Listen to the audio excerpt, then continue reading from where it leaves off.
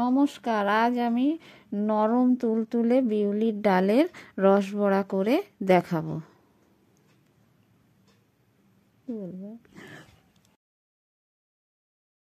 বিউলির ডালের রস বড়া করার জন্য আমি এখানে 1 কাপ বিউলির ডাল নিয়েছি।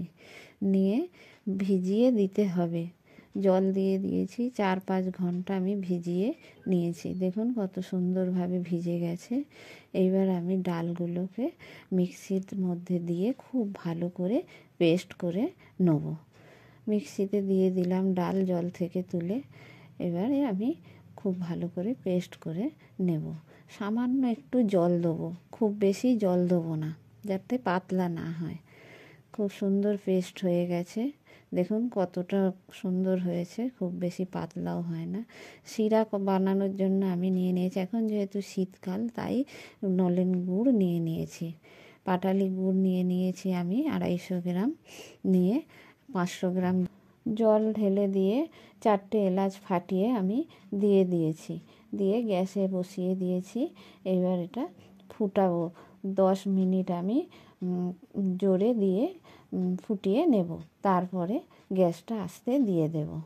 দিয়ে আরও 5 মিনিট ফুটতে দেব। রস ফুটছে। এদিকে আমি সুজি ভিজিয়ে নিয়েছিলাম। যতটা ডাল নিয়েছি তার 4 ভাগের 1 ভাগ সুজি নিয়ে ভিজিয়ে রেখে দিয়েছিলাম 2 ঘন্টা মতো। এবার আমি ডালের মধ্যে দিয়ে দিয়েছি সুজি, লবণ আর মৌরি দিয়ে খুব ভালো করে ফেটিয়ে নিতে হবে। খুব ভালো করে না ফেটিয়ে নিলে এটা নরম হবে না, বড়াগুলো নরমও হবে না, আর খেতেও ভালো লাগবে না, রসে ভালো ভিজবে না। বেশ কিছুক্ষণ ধরে আমি খুব ভালো করে ফেটিয়ে নিয়েছি। এবার তেল দিয়ে দিলাম কড়াইয়ের মধ্যে। বেশ খানিকটা তেল দিয়েছি, এটা ডুবো তেলে ভাজতে হয়। তেল খুব গরম করে নিতে হবে। তারপরে বড়াগুলো ছেড়ে দিয়ে মাঝারি আঁচে ভাজতে হবে। বড়াগুলো ছেড়ে দিলাম, দিয়ে মাঝারি আঁচে ভেজে নেব। এবার আঁচ আস্তে করে দেব, লাল লাল করে ভেজে নিতে হবে। দেখুন কত সুন্দর ফুলেছে আর কেমন ভেসে উঠেছে তেলের মধ্যে। খুব সুন্দর লাগছে দেখতে বড়াগুলো। অনেকক্ষণ ধরে ভাজতে হয়, যতক্ষণ না ভালোভাবে ভাজা হয় ততক্ষণ ভেজে নিতে হবে। ভাজা হয়ে গেছে, এবার আমি নামিয়ে নিয়েছি।